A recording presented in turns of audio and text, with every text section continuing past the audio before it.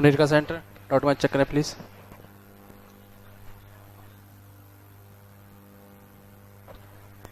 Bihar Sharif centre.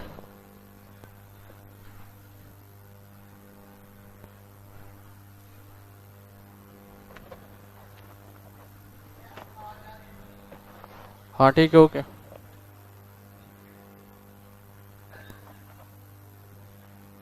Yes Mahendra centre. ठीक है, okay. Mahendra centre and Allahabad centre dot match check करें please. मुनीर का से कोई साउंड नहीं आ रहा, प्लीज डॉट मैच चेक करें।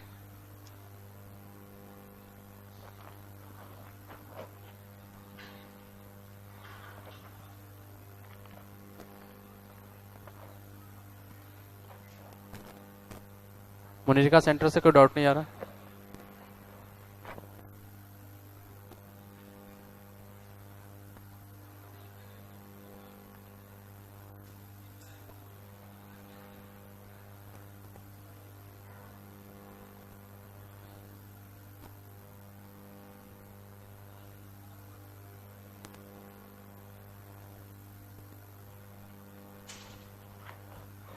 इलाहाबाद सेंटर।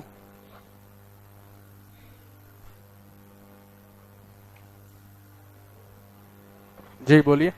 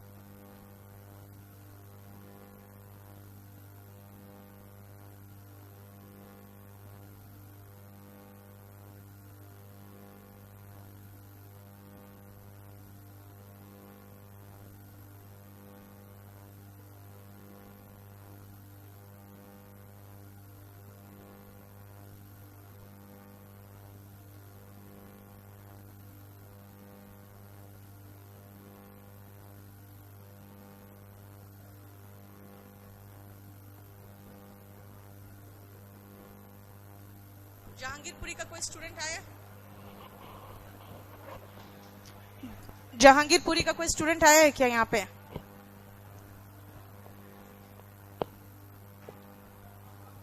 ब्रिजेश, सबसे बड़ा पंगा क्या है ना, जहांगीरपुरी में वो अकेला एक बैच नहीं है, कई बैचेस है उसमें, है ना। और कितने स्टूडेंट आते हैं ना, कुछ समझ में नहीं आता है। आज तुम एक काम करो ना, दोपहर को है ना किसी और का क्लास लगा दो, वोकैबुलरी और सेंटेंस अरेंजमेंट वगैरह का। और हाँ, और वहाँ जितने जहांगीरपुरी के बच्चे आए ना, सबसे नाम और टेलीफोन नंबर ले लो, ठीक है। उसके बाद हम है ना पर्सनली कॉल करके बात कर लेंगे, क्योंकि आज मेरे पास सिर्फ 15 मिनट का क्लास है, और उसके बाद हमको नहीं समझाएगा कि हम करेंगे तो क्या करेंगे उसमें, क्योंकि दो लड़का का कहना है कुछ और हो रहा है, दो लड़का का कहना है कुछ और बाकी है। जो नया बैच शुरू हुआ है उसके अकॉर्डिंग हम चलेंगे तो बड़े आराम से चल लेंगे, कोई प्रॉब्लम नहीं होगा। लेकिन पुराना बैच जो फंसे हुए हैं ना, या तो एक काम करना, लड़के से नाम और टेलीफोन नंबर पूछना और कहना तुम्हारा क्या बचा हुआ है ना, ऐसे करके कर लो, है ना। देखो कोई अच्छा टीचर है दोपहर के लिए, पता करके देखो। हम लोगों ने कॉजेटिव वर्ब खत्म कर लिया था, अब आ जाओ इन्वर्जन पे। ठीक है, अब आते हैं इन्वर्जन पे। अच्छा, एडवांस वर्ब का पार्ट 1 अभी तक मिला नहीं है उसमें। देखो अमरिंदर का कहना है, आज है ट्यूसडे ना, वो क्लास सैटरडे का है अमरिंदर। इन्वर्जन आओ, देखो एक सेंटेंस शुरू होता है सब्जेक्ट और उसके बाद आता है वर्ब, है ना। यही है जो फॉर्मेशन होता है सेंटेंस का। वर्ब को भी हम हेल्पिंग वर्ब और मेन वर्ब में तोड़ते हैं, राइट। ये नॉर्मल सेंटेंस है, जैसे मैं कहूं I teach, I am teaching, हो गया। लेकिन अगर मैं इन्वर्जन देखूंगी तो आई टीच नहीं होगा, इसका मतलब है कि आई एम टीचिंग भी नहीं होगा, वो हेल्पिंग वर्ब पहले आएगा, फिर सब्जेक्ट और फिर मेन वर्ब होगा। कभी कभी ऐसा हो सकता है कि ये जो हेल्पिंग वर्ब और मेन वर्ब है वो दोनों उठ के आगे आ जाएगा, सब्जेक्ट के पहले। कहां होगा वो बाद में पढ़ेंगे। और कभी कभी ऐसा होगा कि हेल्पिंग और मेन वर्ब तो तब होगा ना जब आई एम टीचिंग बोल रही हूं मैं। अगर मैं कहूंगी हियर कम्स द रेन, देखो रेन के पहले कम्स आ गया, इसका मतलब मेन वर्ब ही उठ के आ गया, है ना। यानी हेल्पिंग वर्ब नहीं है तो कम्स द रेन ये हो गया। सी, इसमें सिर्फ हेल्पिंग वर्ब उठ के आया है आगे, ये पार्शियल इन्वर्जन कहलाता है। पार्शियल का मतलब होता है आधा या आंशिक, एंड ये कंप्लीट इन्वर्जन होता है। लेकिन एक बात बताओ, आपको अच्छे से पता है कि ये फॉर्मेशन तो तब है जब हम एक्टिव वॉइस की बात करेंगे, है ना। यानी कि ये सारा फॉर्मेशन तब होगा जब हम एक्टिव वॉइस की बात करेंगे।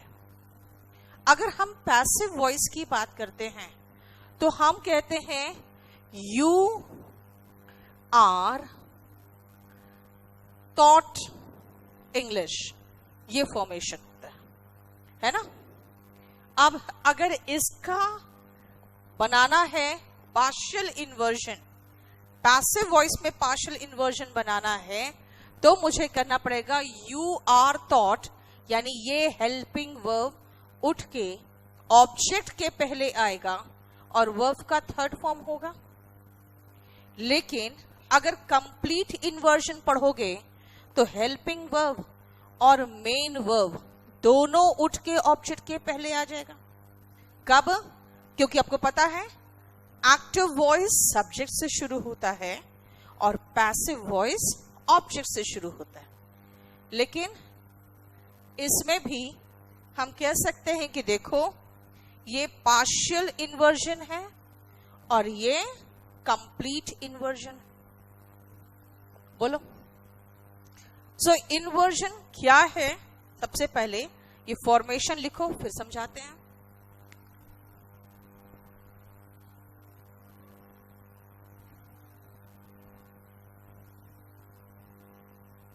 आजकल गिरिडीह से कोई क्वेश्चन नहीं आता, क्या बात है? आप लोग का माइक वाइक काम कर रहा है कि नहीं गिरिडीह? 28 नंबर में बिल्कुल चुप बैठे रहते हो।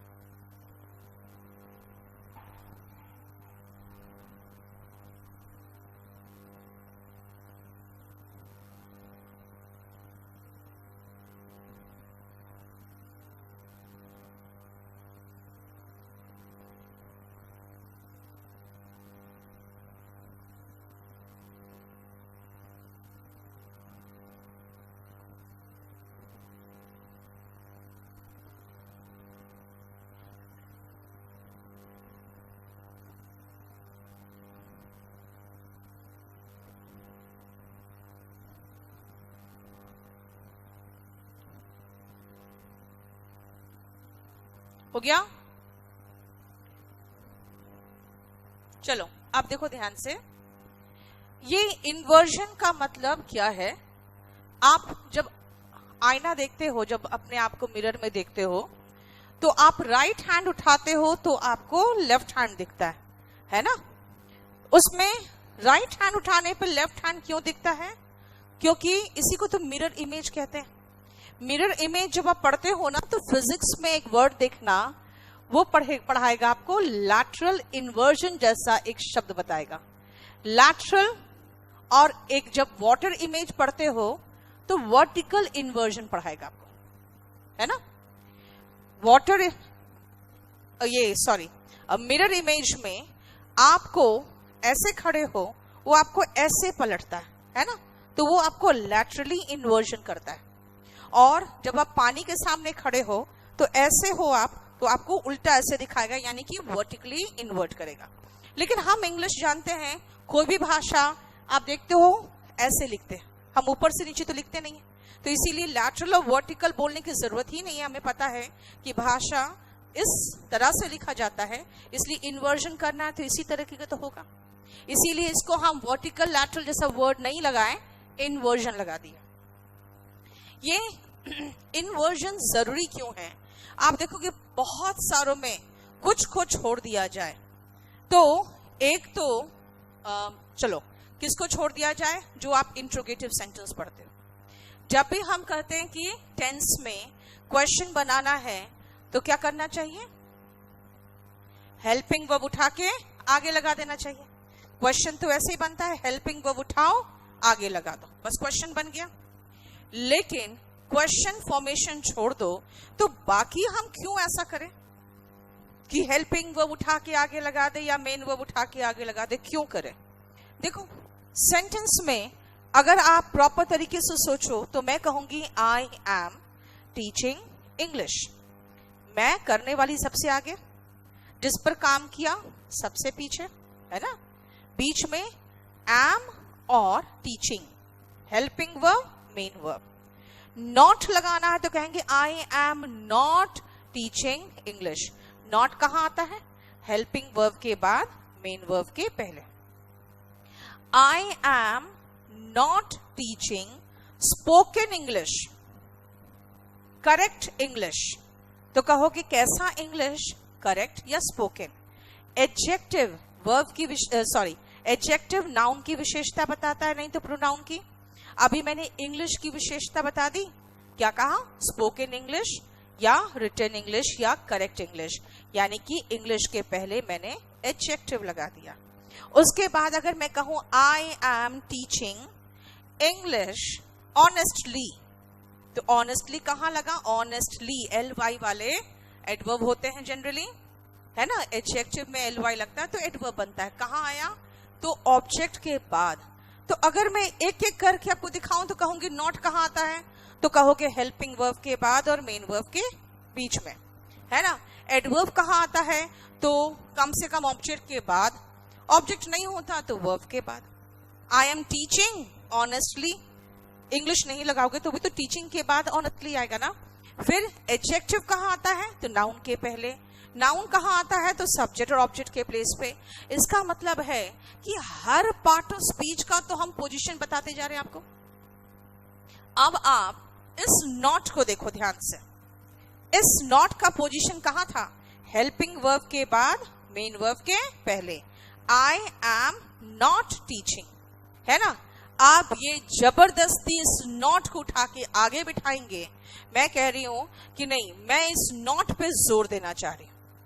या अगर मैं कहूं आई एम टीचिंग ऑनेस्टली, तो मैं कहूंगी इस ऑनेस्टली वर्ड पे जोर देना चाह रही हूं, क्योंकि मैं दिखाना चाह रही हूं कि देखो मैं कितना ऑनेस्टली पढ़ा रही हूं। या इस नॉट पर जोर दे रही हूं कि उसने एक, अरे यार क्या हुआ,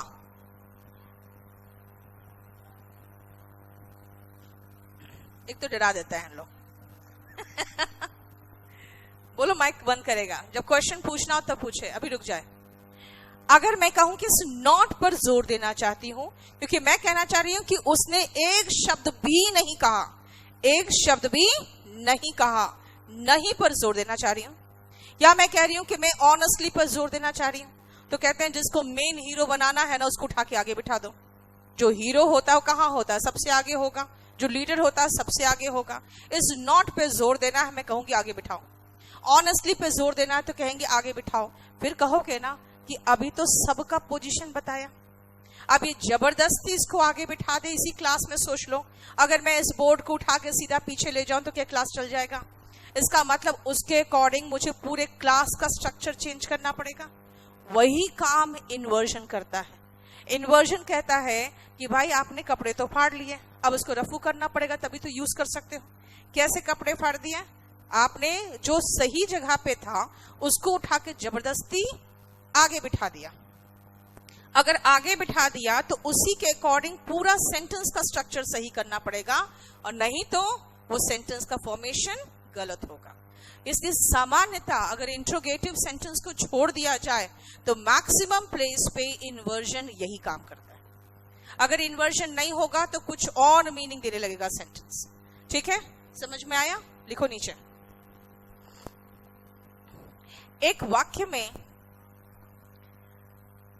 सभी पार्ट्स ऑफ स्पीच का अपना अपना पोजीशन होता है।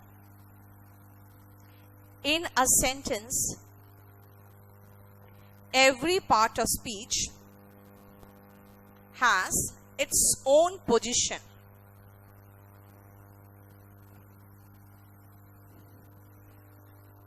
आगे लिखो।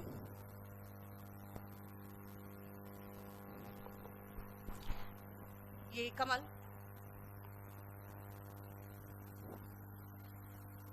अगर हम इस पोजीशन, कमल को बुलाना, इस पोजीशन को गड़बड़ कर दें, if we imbalance this position, Vikas को फोन बुलाना, विकास पाठक को, इम्बैलेंस दिस पोजीशन, तो कॉमा,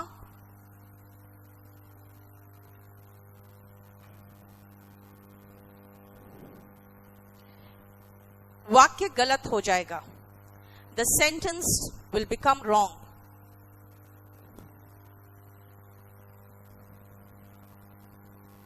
ऐसे में इन सच कंडीशंस इन्वर्जन उसे फिर से करेक्ट करता है। Inversion rectifies the sentence. In such conditions, inversion rectifies the sentence.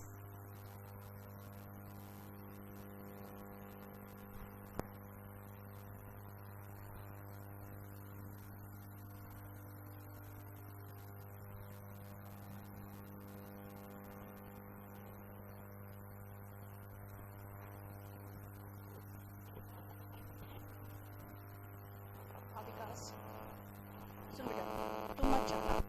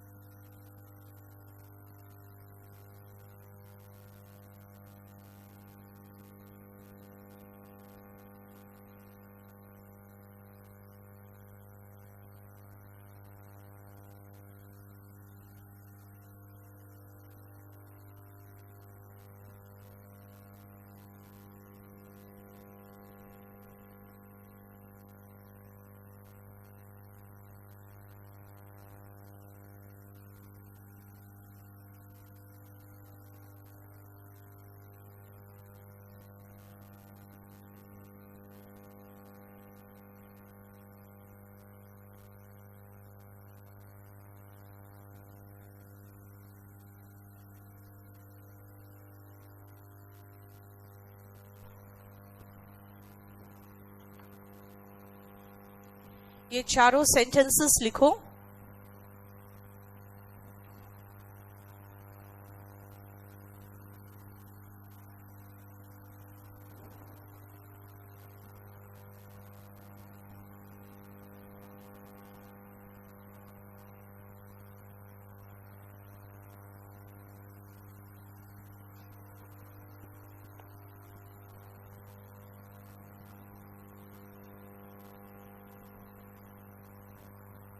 चलो शुरू करें।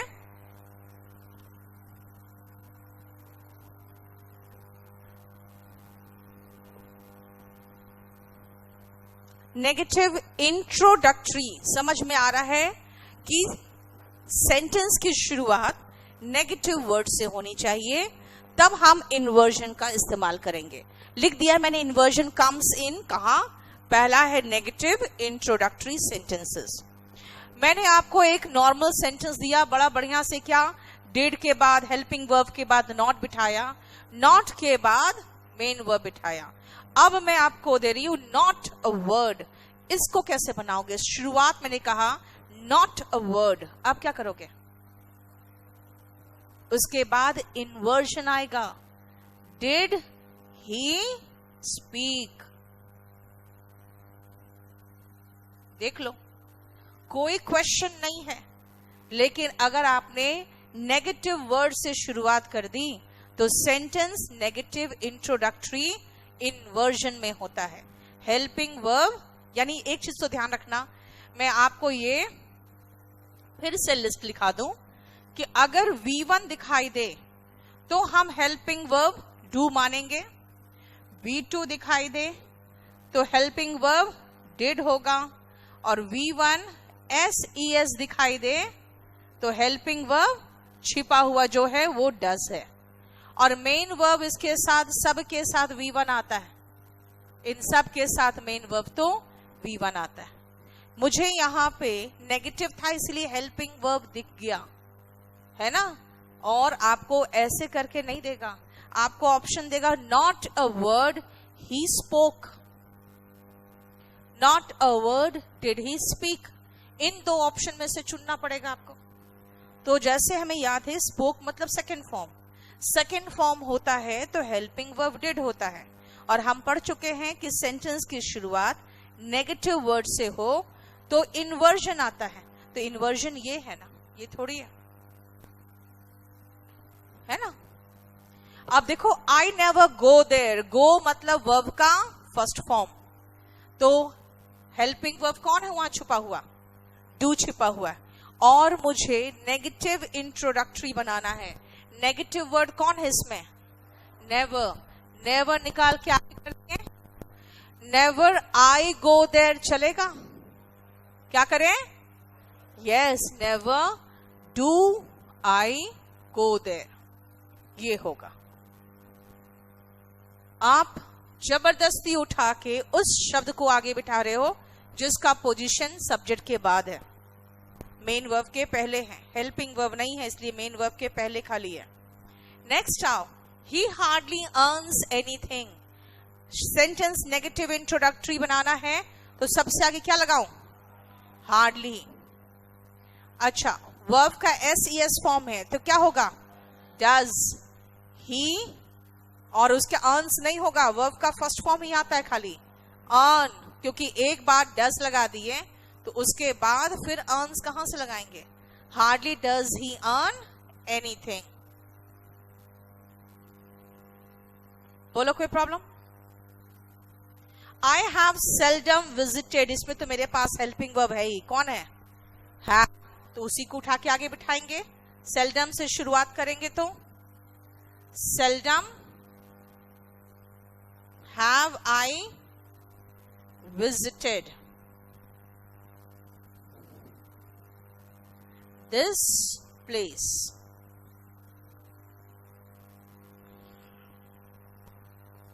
देख लो,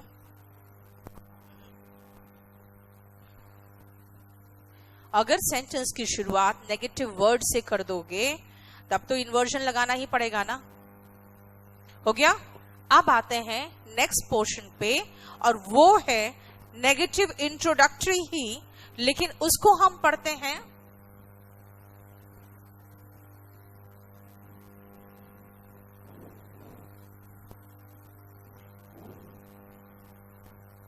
पहला तो हो गया, दूसरा आओ सर्टेन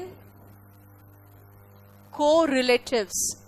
कोरिलेटिव्स कहां पढ़ते हैं बताऊं, कंजंक्शन में पढ़ते हैं। कहां पे, ये कंजंक्शन, हार्डली नेगेटिव वर्ड है ना, हार्डली का जोड़ा क्या होता है, व्हेन। और कौन कौन सा है नेगेटिव वर्ड, स्केर्सली, इसका भी जोड़ा व्हेन है। नॉट ओनली का जोड़ा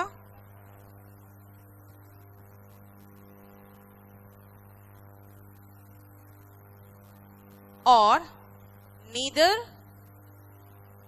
nor. Then no sooner than।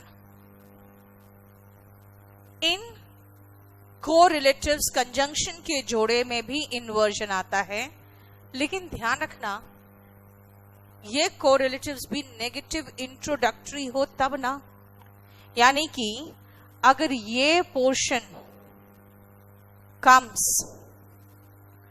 at the starting, शुरुआत में आ जाए तो, अगर ये पोर्शन शुरुआत में आ जाए तो यहां पे इन्वर्जन आएगा। ठीक है ना? यानी लिख दे, इफ ये portion comes at the starting,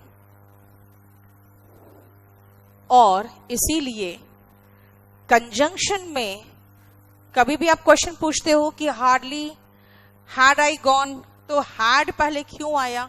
इसलिए तो आया है।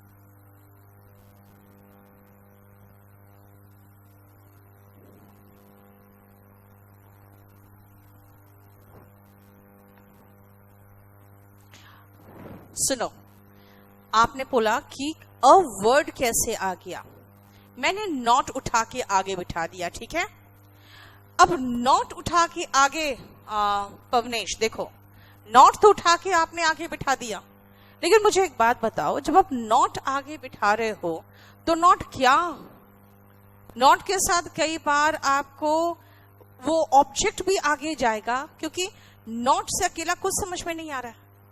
तो नॉट अ वर्ड अब कंप्लीट हो रहा है कि हाँ क्या बोलना चाह रहे हो, एक शब्द भी नहीं, तो ये पूरा उठ के आगे जाएगा ना। खाली नॉट उठ के आगे जाएगा तो उसका मीनिंग नहीं निकलेगा।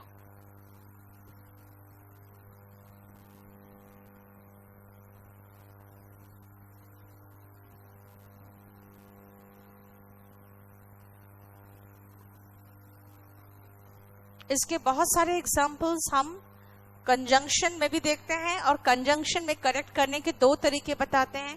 एक तो मिसप्लेस्ड कंजंक्शन का तरीका सिखाते हैं, और एक फिर सेंटेंस इंप्रूवमेंट में अंडरलाइन करके तब इन्वर्जन सिखाते हैं।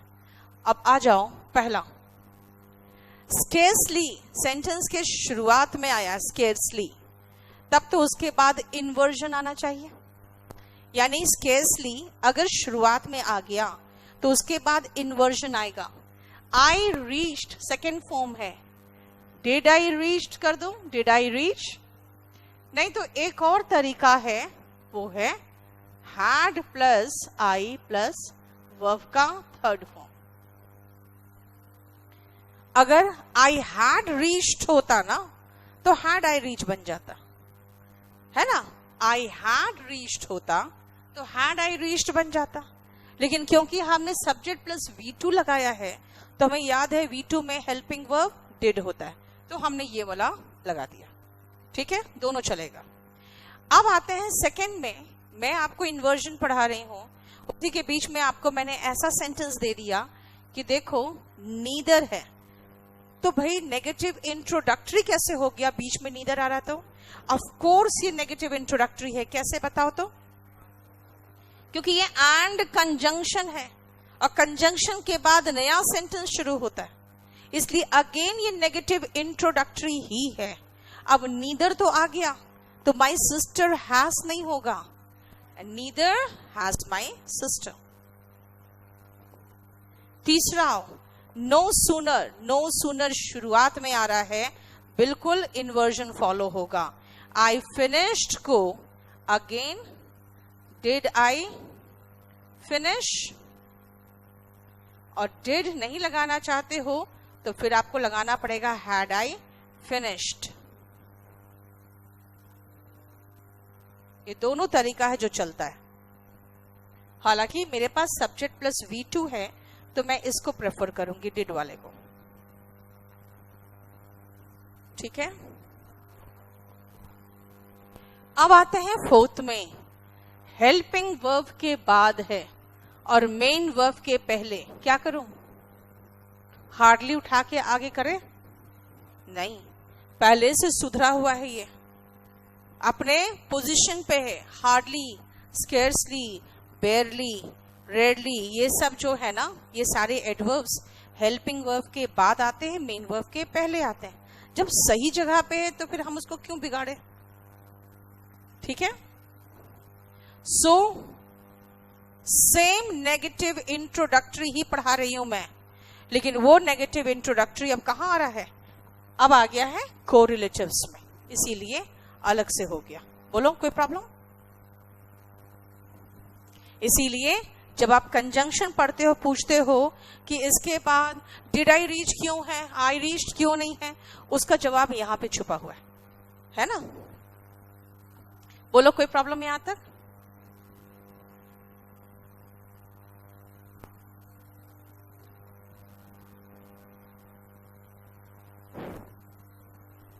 ये हुआ आपका सेकंड, है ना। थर्ड में आओ।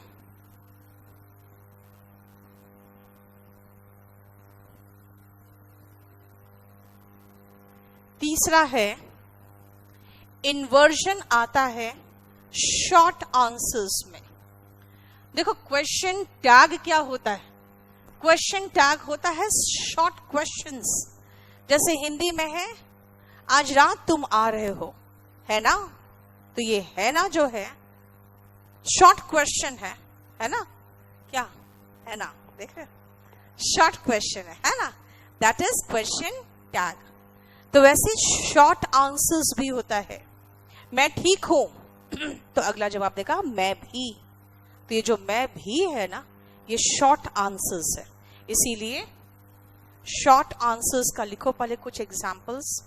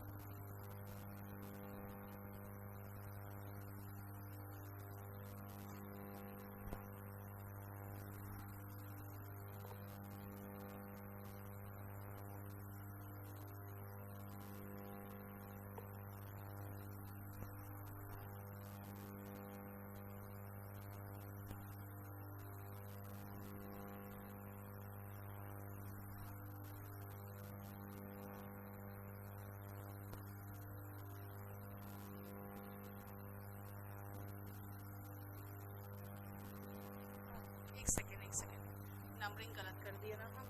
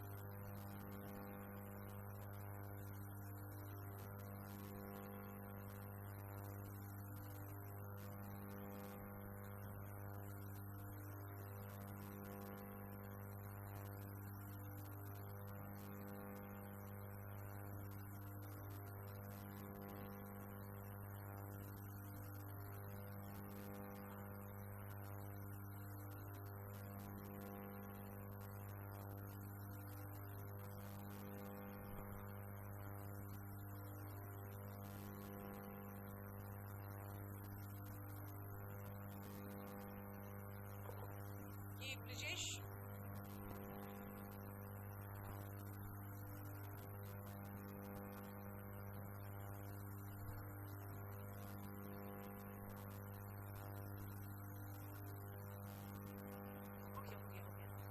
पासवर्ड चेंज हो गया,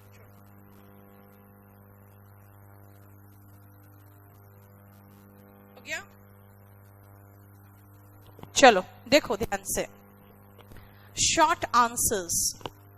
शॉर्ट आंसर्स का मतलब क्या कहा मैंने? मैं भी और मैं भी नहीं। अब आप देखो, सबसे पहले जो कॉमन सा आंसर है आई लव यू का, ठीक है, आई लव यू टू है ना। ये जो टू है यू के बगल में आ रहा है ना, तो ये बता रहा है कि मैं तुमसे भी प्यार करता हूं। इसका मतलब और कितनी है भगवान जाने। समझ में आ रहा है? एडवर्ब क्या है? एडवर्ब जिसके नजदीक आता है उसी का हो जाता है ना। तो ये यू को क्वालिफाई करने लगा, इसलिए ये ऑप्शन रॉन्ग हो गया। ठीक है, बताया था पहले। आई टू लव यू में क्यों रॉन्ग है ये बताओ तो। नहीं, नेगेटिव क्या है?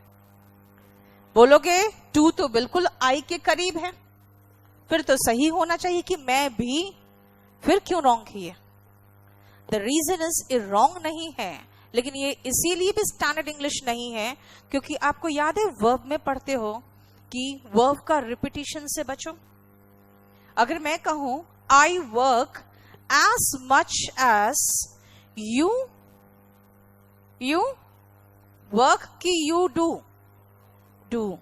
तो यहां पे रिपीट हो गया वर्ब का रिपीटेशन से बचना था ना, डू लगा के, वो गलत हो गया। आई ऑल्सो क्यों गलत है?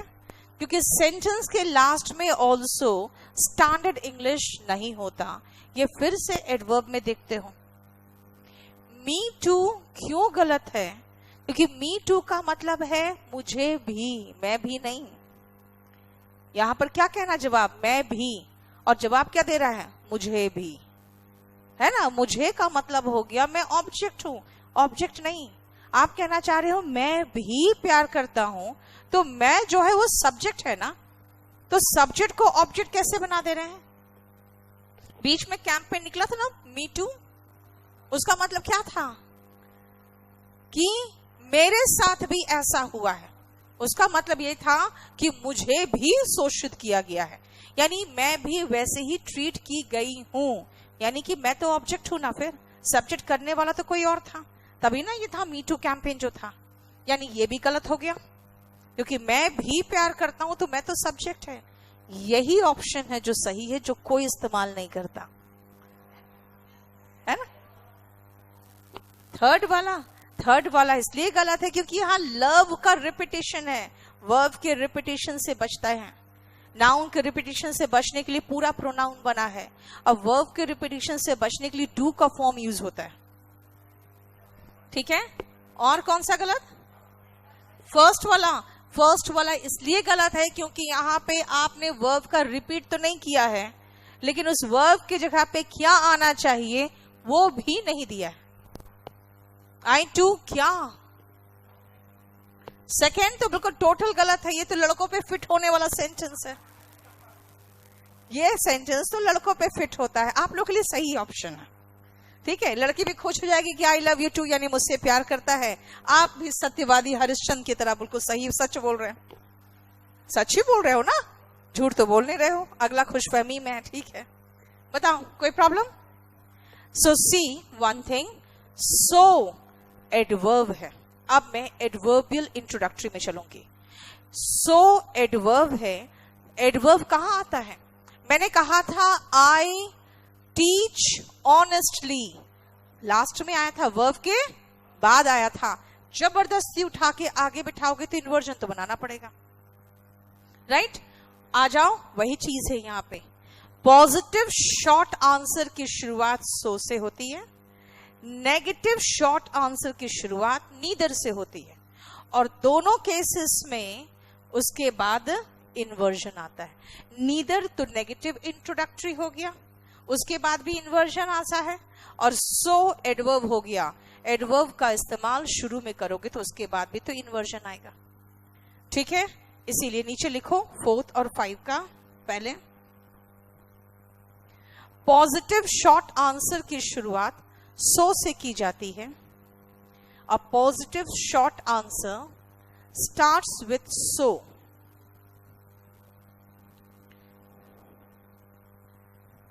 नेगेटिव शॉर्ट आंसर की शुरुआत नीदर से होती है। A negative short answer starts with neither.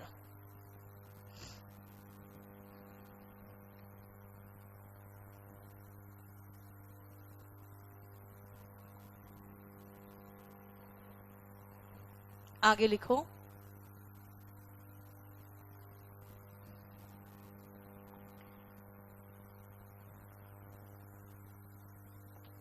So adverb है। सो इज एन एडवर्ब, और नीदर नेगेटिव वर्ड है, and neither is a negative verb.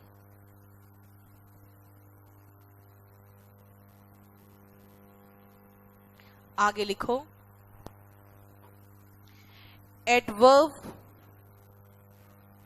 Adverbial introductory मतलब एडवर्ब से शुरू होने वाले सेंटेंसेस। एडवर्बियल इंट्रोडक्टरी और नेगेटिव इंट्रोडक्टरी वाक्य इन्वर्जन में होते हैं। Adverbial introductory and negative introductory sentences come in inversion. Adverbial introductory and negative introductory sentences are in inversion.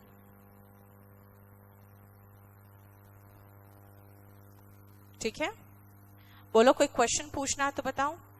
हाँ, अब नॉट डू आई तो तब होगा ना बेटा जब आप इन सेंटेंस को कहोगे आई डोंट लव यू। ठीक है, अब जो नॉर कह रहे हो ना वो तो तब होगा जब नीदर का जोड़ा नॉर दिखेगा तब। अगर ऐसे अकेले दिख रहा है तो या तो नीदर या तो नॉर लगा रहे हो, तो ये भी तो नेगेटिव वर्ड है।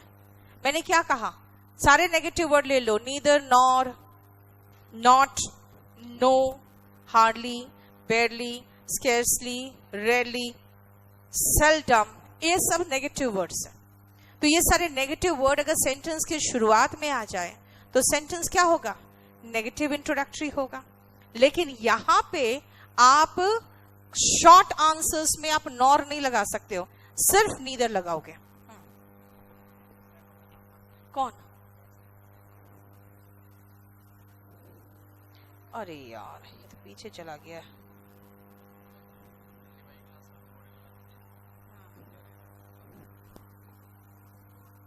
ठीक है, रुक जाओ। देखो बिहार शरीफ आपका को रिलेटिव्स में कट गया था। आपको एक बात बताता हूं, वो सारे जो शब्द थे ना वो नेगेटिव शब्द थे।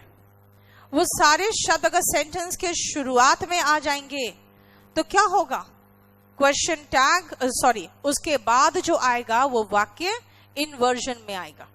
वो सारे वाक्य अगर नेगेटिव से शुरू करेंगे तो उसके बाद वाक्य इन्वर्जन में होगा। और इन्वर्जन में क्या होगा? आई रीच नहीं होगा, डिड आई रीच होगा। तो आप देखो सारे सेंटेंसेस में जहां पे वो सही जगह पे है, जैसे मैंने लास्ट सेंटेंस में हार्डली को बिल्कुल सही जगह पे बिठाया है, हेल्पिंग वर्ब के बाद और मेन वर्ब के पहले, तो सही जगह पे है, तो इन्वर्जन में नहीं था, इन्वर्जन की जरूरत ही नहीं है। लेकिन जहां जहां वो वर्ड शुरुआत में लगा दिया, देखो इन्वर्जन आ रहा है। अब शॉर्ट आंसर्स में भी इसमें मैंने यही कहा आपको कि सारे गलत हुए, क्योंकि कहीं ना कहीं ये ग्रामर या मीनिंग में गलत आ रहा है। सो डू आई इसलिए सही है क्योंकि सेंटेंस की शुरुआत अगर आई लव यू जैसे पॉजिटिव सेंटेंस है, उसका शॉर्ट आंसर सो में होगा। सो क्या है? एडवर्ब है। तो वाक्य क्या बन गया? Adverbial introductory. उसके बाद इन्वर्जन आया। इन्वर्जन कैसे? हेल्पिंग वर्ब सब्जेक्ट के पहले। और अगर सेंटेंस नेगेटिव में है तो उसकी शुरुआत उसके शॉर्ट आंसर नीदर से होगा।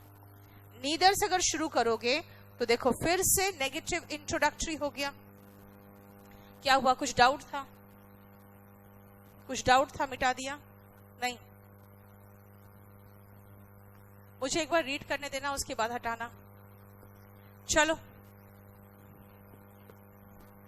अब देखो ध्यान से, अगर मैं ये सेंटेंस दे रही हूं तो इस तरह के सेंटेंसेस में शॉर्ट आंसर्स पूछना बहुत मुश्किल है। क्वेश्चन टैग तो ठीक है, पूछना आसान है कि ब्लैंक दे दिया और एक क्वेश्चन मार्क दे दिया, समझ में आ गया कि क्वेश्चन टैग पूछ रहा है ना। लेकिन अब शॉर्ट आंसर्स पूछना बहुत मुश्किल होता है कि आई गो देयर, तो उसके नीचे ब्लैंक भी लगा दे तो कुछ समझ में नहीं आ गया पूछ क्या रहा है ना। इसीलिए शॉर्ट आंसर्स पूछने का तरीका सिर्फ दो ही है, सिर्फ एक ही है, और वो इस तरह से। अब देखो ध्यान से, मैं कह रही हूं वीट इंडिया में पैदा नहीं हुआ था। शुरू में वीट जो आया था वो इंडिया का पैदाइश नहीं था, है ना। तो उसके बाद कहोगे और ना ही बार्ली। देखो जवाब क्या दिया, वीट यहाँ का नेटिव नहीं है तो कहोगे ना ही बार्ली। जैसे मैंने कहा मैं वहां नहीं जाती हूं तो कहोगे मैं भी नहीं, वही चीज कहा यहाँ पे। उसके बाद यहां कह रहे हैं कि कनाडा को US citizen does not require, Canada में यूएस सिटीजन को पासपोर्ट की जरूरत नहीं पड़ती। देश एंटर करने के लिए पासपोर्ट की जरूरत नहीं पड़ती।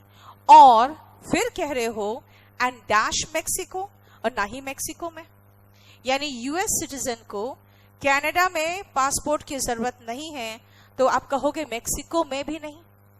जैसे मैंने कहा अगर कि भारत में वीट पैदा नहीं हुआ था तो कहोगे बार्ली भी नहीं हुआ था, है ना। तो ये दोनों सेंटेंसेस बिल्कुल बिल्कुल शॉर्ट आंसर की तर्ज पे चलता है, इसलिए क्वेश्चन बनाने की गुंजाइश है। अगर मैं कहूं मैं यहां नहीं आती हूं, नीचे ब्लैंक दे दूं तो फिर आपको समझ में नहीं आएगा फिलअप कैसे करना है। वहां पे आपको कोई सब्जेक्ट तो लगाना पड़ेगा ना। अब ध्यान से देखना, मैंने कहा वीट इज नॉट, वर्ब तो मिल गया मुझे, इज है, नॉट नेटिव टू इंडिया। और अगर आगे शुरुआत में ब्लैंक है और बार्ली लास्ट में आया है तो वाक्य इन्वर्जन की गुंजाइश तो रखता है ना, है ना। लेकिन आगे ही बार्ली आ गया तो क्या इन्वर्जन की कोई गुंजाइश है? नहीं। सब्जेक्ट शुरू में आ गए तो गुंजाइश ही खत्म, है ना। आप देखो, वीट इज नॉट